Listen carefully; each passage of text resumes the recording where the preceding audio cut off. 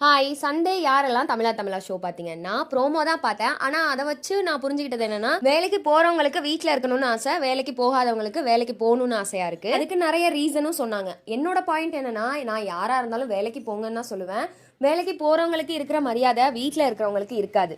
நம்ம என்னதான் நாள் முழுக்க வேலை செஞ்சாலும் வீட்டில் தானே இருக்க அப்படின்னு சிம்பிளாக முடிச்சிருவாங்க. வீட்டில் உங்களோட சேலரி தேவைப்படாமல் இருக்கலாம், நம்ம நல்லா தானே இருக்கோம், நீ ஏன் வேலைக்கு போகிற, நான் சம்பாதிச்சா பத்தாதா அப்படின்னு சொல்லுவாங்க. சில வீட்டில் ஒரு பெண் படி தாண்டி வேலைக்கு போறதா அப்படின்னு சொல்லி கட்டுப்பாடு போடுறவங்களும் இருக்காங்க. ஆனா என்னதான் கட்டுப்பாடு போட்டாலும் நாம ஏதாவது ஒன்று பண்ணி ஒர்க் ஃப்ரம் ஹோமோ இல்ல வெளியில போய் வேலை பார்த்தோ இல்ல நம்மளோட கைத்தொழில்னு ஏதாவது ஒன்று பண்ணி உங்களுக்கு பிடிச்சத நீங்களே உங்களோட சேலரில இருந்து வாங்கி பாருங்க. அதுக்கப்புறம் உங்களோட ஏர்னிங்கை நீங்களே நினைச்சாலும் ஸ்டாப் பண்ண மாட்டீங்க. என்கிட்ட மாதிரி உங்க வீட்லயும் ஒரு சின்ன குழந்தை இருக்கு, அதை வச்சுட்டு வேலைக்கு போக முடியலன்னா உங்களுக்கு ஏற்ற மாதிரி ஏதாவது கான்டென்ட் கூட கிரியேட் பண்ணி சோஷியல் மீடியால அப்லோட் பண்ணுங்க. ரீசெண்டா இப்போ ஒருத்தவங்களோட வீடியோ என் மைண்டுக்குள்ள ஓடிட்டே இருக்கும். அவங்க ஜஸ்ட் கோலம் தான் போடுவாங்க, அவங்களோட லைஃப்ல நடக்கிறத நம்மள்ட்ட ஷேர் பண்ணிப்பாங்க. அது நமக்கு கொஞ்சம் மனசுக்கு ஆறுதலா இருக்கும். இந்த மாதிரி நீங்களும் ஏதாவது ட்ரை பண்ணுங்க. டாடா.